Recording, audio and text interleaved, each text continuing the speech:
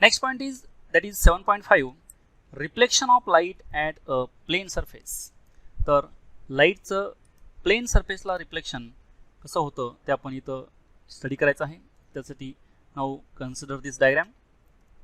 In this diagram A B is a plane wavefront. तर A बी ही जी आहे ही plain wavefront आहे. त्यामध्ये आर ए आणि क्यू बी जे आहेत ह्या पॅरलल बीम ऑफ लाईट जे आहे ह्या पॅरलल बीम ऑफ लाईटच्या बाउंड्रीज आहेत. त्यामध्ये A B he plain wavefront आहे. ही प्लेन वेवफ्रंट नंतर ए पी जे आहे normal to M N at A. A P J हे A P normal to this M N. M N हा reflecting surface आहे. ह्या ए पॉईंटला ए पी ही नॉर्मल काढलेले आहे. I angle of incidence.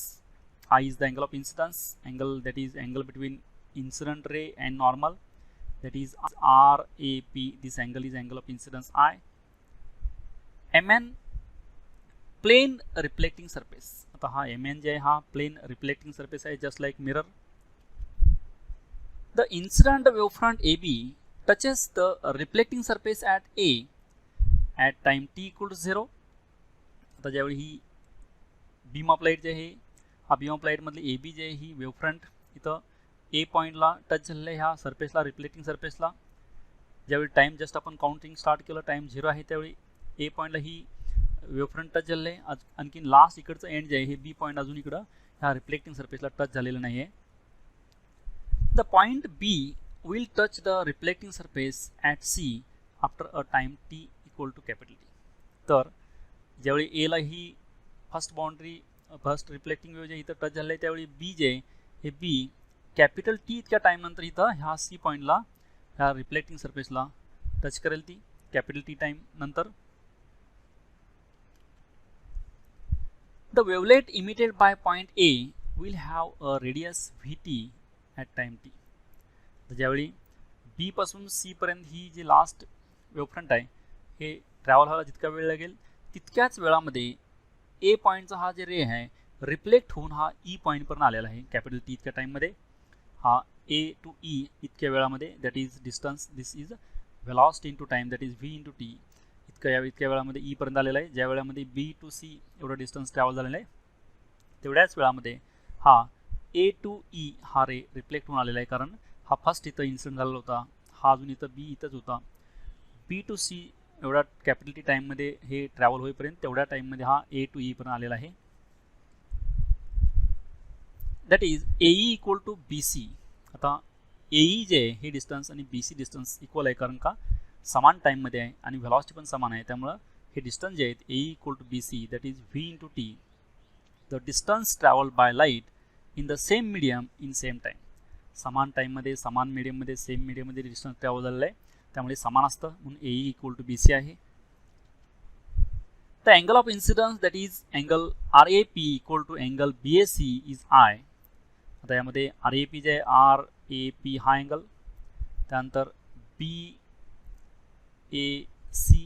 हे दोन्ही अँगल सेम आहेत अँगल ऑफ इन्सिडन्स बिकॉज कारण बघा as RA and AP are perpendicular to AB and AC respectively. तर इथं हे जे RA आहे हे RA AB ला परपेंडिक्युलर आहे आणि AP जे आहे हे AP AN ला याला परपेंडिक्युलर आहे. AC ला AC आणि AN सेमच आहे. AC ला परपेंडिक्युलर आहे म्हणजे AP हे AC ला परपेंडिक्युलर आहे म्हणजेच याच्यामध्ये 90 डिग्री अँगल आहे. आणखीन RA जे आहे AB ला परपेंडिक्युलर आहे म्हणजे याच्यामध्ये 90 डिग्री अँगल आहे. याच्यामुळं हे दोन्ही अँगल जे आहेत I आणि हा I समान आहे. दॅट इज RAP आणखीन BAC हे दोन्ही अँगल जे आहेत हे अँगल ऑफ इन्सिडन्स I आहेत.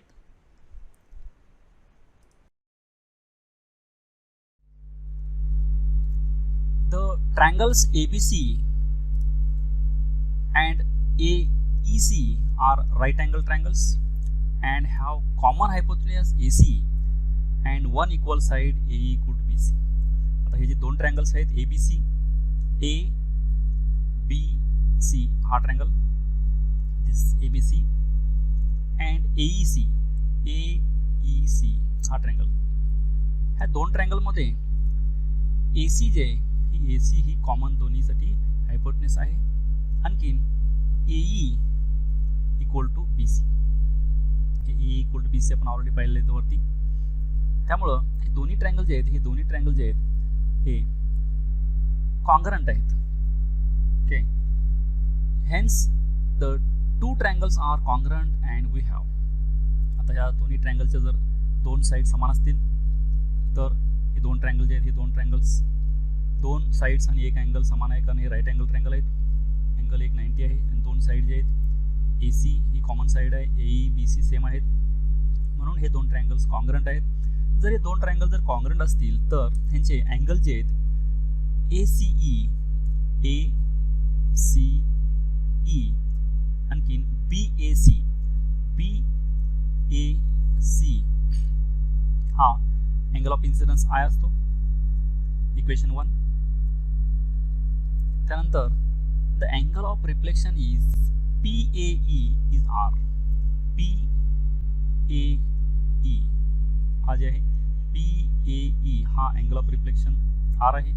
Angle between reflected ray and normal angle of reflection R आहे. As AE is perpendicular to CE and AP is perpendicular to AC. त्यामध्ये AE जे आहे AE हे परपेंडिक्युलर टू CE आहे, हे CE आहे ना, या CE ला AE ही परपेंडिक्युलर आहे. आणखीन AP this AP is perpendicular to AC, this AC. Hence angle ACE and PAE हे दोन्ही अँगल समान असतात.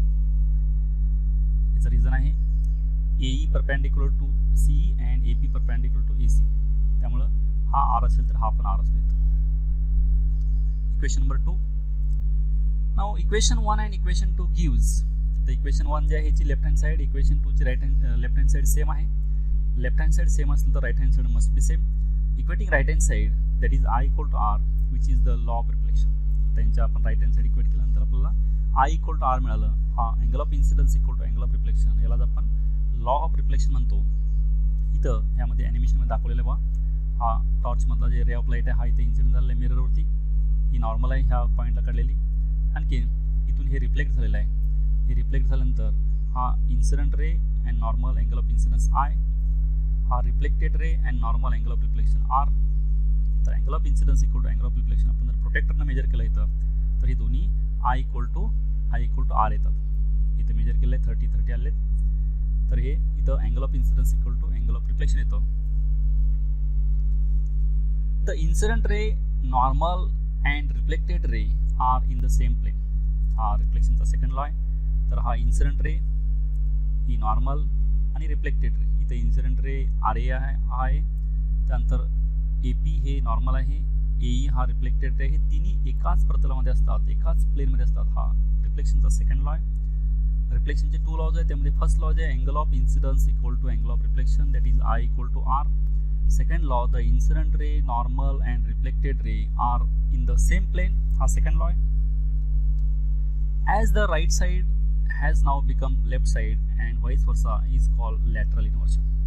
तर आता ह्यामध्ये हे जे इन्सिडेंट रे आहेत हे बाउंड्रीचे दोन रे रिफ्लेक्ट झाल्यानंतर हिचं इन्व्हर्जन झालेलं आहे, म्हणजे ही लेफ्ट साईडचे राईटला गेलं आहे, राईटची लेफ्ट साईडला आलेलं आहे. त्यामुळे ह्यामध्ये लॅटरल इन्व्हर्शन होतं.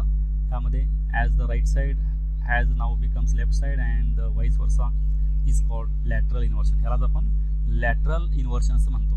इन्व्हर्शन कारण आपण सेम आपण ह्याच्यामध्ये मिररमध्ये आपली जर प्रतिमा पाहिली तर आपल्याला ह्या लॅटरल इन्व्हर्जन दिसतं. लेफ्ट साईड राईटला दिसते, राईट साईड लेफ्टला दिसते आपली. तेच सेम इथं फेनॉमेनन झालेलं आहे. ह्यालाच आपण लॅटरल इन्व्हर्शन असं म्हणतो.